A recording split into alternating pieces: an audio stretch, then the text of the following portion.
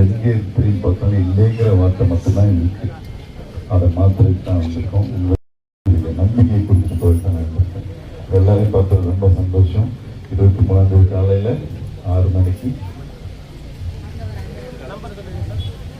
அந்த பெட்டியில் வரிசையாக இருக்கும். 1, 2, 3 ஒவ்வொரு வேட்பாளர் பேர் இருக்கும். அதில் வரிசையை நோம்பு அதை பார்த்து உங்களுடைய அன்பை ஆதரவையும் அதில் காமிங்க. நான் சொன்னது எல்லாமே உங்களுக்கு தேடி வரும்.